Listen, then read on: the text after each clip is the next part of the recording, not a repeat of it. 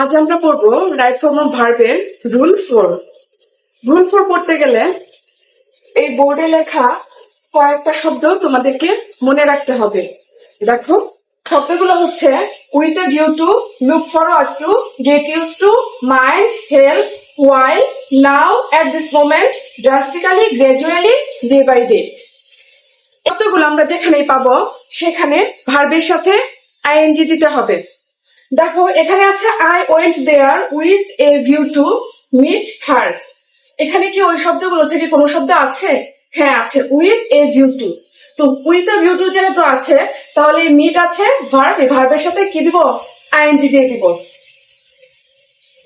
হয়ে গেল, তাহলে উত্তরটা কি হবে? মিটিং। দেখো, আমরা যে শব্দগুলো পড়েছিলাম সবগুলো শেষে ভার্ব আসলে ভার্ব প্লাস আইএনজি দিয়ে দিব, ভার্ব প্লাস আইএনজি দিয়ে দিব। কিন্তু ওয়াইলের পরে যদি ভার্ব আসে তাহলে ভার্বের সাথে আইএনজি দিয়ে দিব। কিন্তু ওয়াইলের পরে যদি সাবজেক্ট আসে তখন সেই সাবজেক্ট অনুযায়ী অক্সিলারি ভার্ব বসিয়ে তারপর ভার্ব প্লাস আইএনজি দিয়ে দিব। যেমন I saw a deer why, এখানে গ্যাপ ওয়াক দেওয়া আছে, ভার্বটা কি দেওয়া আছে? Walk. Through the forest, I saw a deer why, এখানে ওয়াক দেওয়া আছে থ্রু দা ফরেস্ট।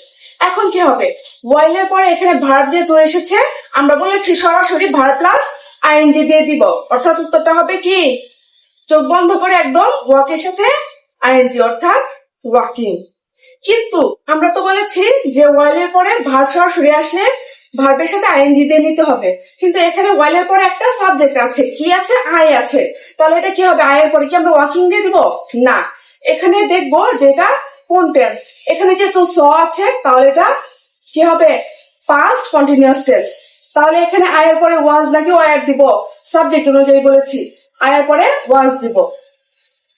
এটা সাবজেক্ট অনুযায়ী আমরা ওয়াজ বা ওয়ার বসালাম। তাহলে আই, এরপর এখানে কি হবে? ওয়াজ আর ওয়াকিং, ওয়াকের সাথে কি হবে? আইএনজি।